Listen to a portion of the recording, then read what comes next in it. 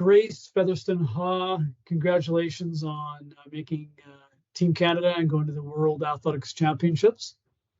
Thank you so much. Yeah, thanks for having me. You're welcome. So were you surprised at, because it seemed late that you got the notice that you're going to Worlds. Were you surprised? What was that day like?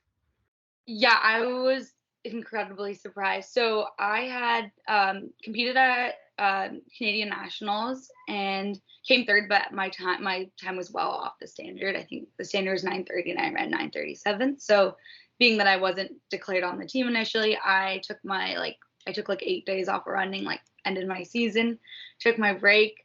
And then I went away with my sister. We went to like a dude ranch, which was fun, just kind of like as part of my running break. And then I came back, and one night I was like walking around with my family, and this was like, I think it was like 10 days before my race was for Worlds. I didn't know about, and they just said, hey, like there's a spot for Worlds, like you've been invited. And I was like, this can't be right, like there's no way kind of thing. And so it was definitely a shock, and it took me a few days to process, but of course I wanted to do it, and I called my coach right away, and he was really excited too. Yeah, well, that's exciting. So I guess you, from that point of hearing that and absorbing that information, then you had a plan. You had to get down there, and I guess a bit of a panic mode there for a few days. Yeah, so for sure, my coach was like, okay, like I'm gonna have to like figure out how to like get me the best prepared that I can, having like just take like a week off of running and everything, and was originally planning just to start slowly, gradually training for cross country, but instead he wrote up a plan that would kind of try to get me quickly back into the shape that I was in before, and just take one day at a time kind of thing. And I think the big thing was just to mentally tell myself like I'd be ready enough to do it and that I could get ready. And I was mostly just excited too. So you get down there, it's starting to heat up, like the physical temperature, but of course you have the anticipation. You know, you've got a lot of experience. You've been running since you're a kid, but what was that like to be at the new Hayward Field? And you know, there's a lot of running dignitaries there, and history and all that. What was that sort of atmosphere like for you? It's super cool. So yeah, my first time running in the States ever was actually at the old Hayward Field. I remember racing there and like breaking 10 for the first time in like the flat 3,000 steeple, and just being so in awe of like just the whole running culture down there in Eugene and Oregon in general. But I actually go to school at Oregon State, which is 45 minutes from the Hayward Field. So I've had the opportunity to race there like probably like 6 times this year or something like that. So it was actually nice being like familiar with the stadium and how that track works and all the protocols and things like that.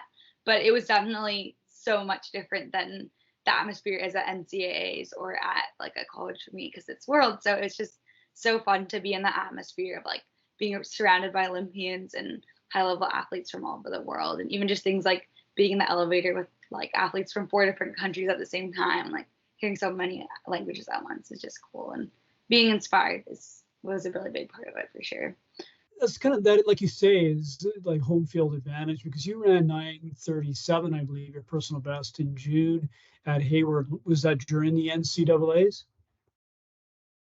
Yeah, so that was during the NCAA final. It was in Eugene, and I PR'd early on in the season, actually at that track a little bit earlier as well, and then was able to cut my time down a little bit in the NCAA final. So yeah, having had the experience of, knowing exactly where the barriers were, because it's a little bit different on each track, and how the water jump feels and everything like that was really nice. Now that you've had the experience, you went through the race and you're up against a whole new level of athlete. Mm-hmm. How is that going to inform your training going forward? Totally. So yeah, I've been racing in the NCAA, and I feel like I've been pretty just like in the zone of like collegiate running, and that's like where my focus has been. So getting kind of like last minute like thrown into racing at Worlds, which has been a big goal of mine for a while, but did not see coming for maybe like, I thought maybe 2 years from now I'd be getting to race at that level. So it was definitely a shock to the system. Right when the gun went off, I could tell like, yeah, I'm just not at this level yet. And but it was just cool to like get to be there. And I think it just has expanded my like kind of knowledge of like what it will be like in the future racing into that, and definitely makes me like just want to be better and stronger and faster in general. because I'm not really in the mix of it yet, but that's where I hope to be one day in a few years. So I think it really just helped me. Like, obviously I know people are running times like that, but being in the race, like feeling that far behind from people that are doing those great things, it definitely makes me like just have more motivation and to work harder, and also just makes me inspired for like what people are doing and how cool it is that people are running that fast. Yeah, and of course the whole meet was exciting because there were so many personal best, area records, stadium records, and national records, and world records being set. Did you get a chance to watch a lot of those other events that went on? Yeah, I was there for a while. So we got there the Tuesday before the meet started. So I was there like Friday. I was there for like almost 7 days of the meet. After I raced, I was just trying to be at the track as much as I could and watching all the exciting races, and got to watch like the 200 final live, which was really cool, and some of the 110 hurdles, and try to just watch all the amazing athletes do what they do and just really soak it all up, because it was nice to have access to watching the meet. I actually, before I knew I made it to the meet, I like bought a ticket to watch the steeple final, so I was like going to go anyhow. I just got to go at it from a little bit of a different angle. That's a bit tough, eh? You have to buy a ticket to go see the steeple final, which you could have watched for free from lane one. Yeah. So it was funny. It was like the day before I got the call, I was like, oh, I want to watch it. I should get a ticket. And then I was like, oh, I didn't need to buy the ticket. But it was funny. So was Reagan Yee help at all, or did you get a chance to hang out with her? Because she's done a little more international racing than you have. Did she give you any tips? Yeah, she's awesome. She's like also from British Columbia, so she's always been someone that like I've looked up to since I was younger, and since I was in high school. I remember always seeing her compete and just being inspired by her. So it was really cool to get to know her a bit. But I knew her a bit before because we've like ran together, and she's always sweet and reaches out to me. But we got to like do runs together, and I picked her brain a bit beforehand, just asking her about like what it's like competing at an international meet at this level, just to kind of get her advice and things like that. So she was awesome at helping myself and Kaylee kind of like through our first experience and being a great role model like she is. So that was really nice to have her. That's great. Yeah, she's a great person. She has a great coach too, Mark Bomba, out there in Kingston now. He was helping us. We did stuff at the practice track. We do work at similar timing and helping us put the hurdles out and stuff like that. So it was really nice. That's awesome. So now that you've done that, you have 1 year of university left, Oregon State? I actually have almost 2 years just because of COVID. I redshirted my cross-country indoor season just before COVID started because I was sick with mono.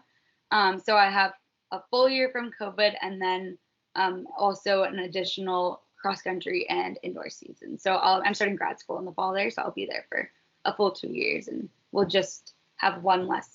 I won't have the 2024 outdoor season left, but we'll hopefully be just doing other races. So you're going to work on your master's degree then? And what is your area of study? So I just graduated with my undergrad in sociology, and my master's is college student services administration. So I'm really interested in potentially becoming an advisor and potentially working with student athletes in the future is kind of where my goal lies. Nice. Yeah. So let's talk about your cross-country season. So you're racing Oregon State, NCAA Division 1. What are your goals this year? I'm just kind of transitioning into cross-country mode a little later than I thought I would be in a fun, exciting way. But I'm just trying to build up mileage and get back that like aerobic base. I'm going to be starting workouts probably in the next week or so. And really my goals will just be to be like, I want to be in the top 40 at NCAAs. I just missed qualifying for NCAAs as an individual last year. So really just making it to that meet is a big goal of mine. And cross country has always been, I like track better, or I found myself being better at track. So it's always like a challenge, and just, keeping in that racing and keeping that mentality is just, probably being top 40 is like the biggest goal for me for cross country. Top 40, and then top 3 at Canadian Nationals? Maybe. Well, So we do in the NCAA, we're 6K. So I actually haven't decided if I'm going to do Canadian Nationals because it's 10K, which is quite a bit different. But I think depending on what we think would be best for indoor season, since we start pretty early on, I may do Canadian Nationals. But yeah, I'll see about that because I like indoor a lot too. That's great. And then for track season next year, 2023, sub 9:30. That would be the goal. Yeah. Last year my PR was like 9:50, so I was happy to be in the 30s this year, and hopefully be in sub 9:30 in the 20s next year would be the big goal for me for sure. What got you into running? Because I know you've been running since you're like 10 or something, or 8. Yeah, so I started in grade 7, so I was probably like 12 years old when I started, so something like that.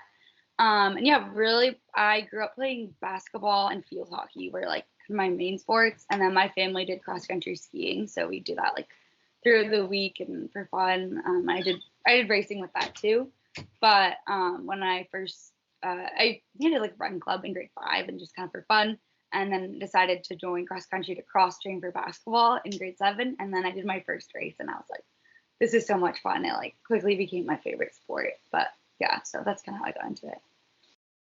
That's great. And so here you are, World Championships competitor. You can throw that on your resume, and NCAA National Championships competitor. That's terrific. And you have a couple of years left. So you don't know if you're racing the second year? Yeah. So yeah, my second year of my master's program, I'll be able to do cross country and indoor, but not outdoor. So most of the year I'll be still racing for Oregon State. And then just kind of my goal would be to try to make it to Paris. So just racing outdoor with kind of set on later end of the season. Did you say Paris? Yeah. That's exciting. It's only 2 years away. Yeah. No, it's kind of crazy, but yeah, that'd be a dream for me. Sub 9:30. Yeah. Well, it's great. What do you think you have to do to get there? Do you think you have to get up to like 80, 90 miles a week? So 135, 140K a week?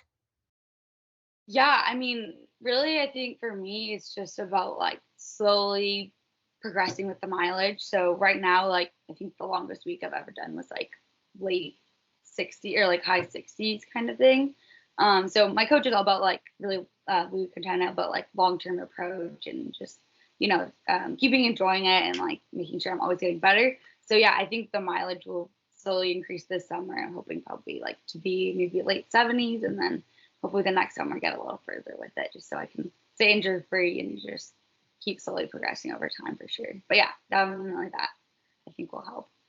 For clarification, were you just referring to the 60 miles and the 70 miles as miles? Yeah. Yes, in miles. Yes, I've been converted from being down there. Not so much with kilometers anymore. Yeah, so of course I'm of the vintage where we just talked miles the whole time, and then kilometers was now it's kilometers is the way up here in Canada, of course. And so you have to check. Hey, are you talking kilometers? Yeah. So I feel like we repeat sometimes, but yeah, my team, we got like a mileage chart and it's all in miles. So Grace, thank you for joining me here today. It's been a great conversation.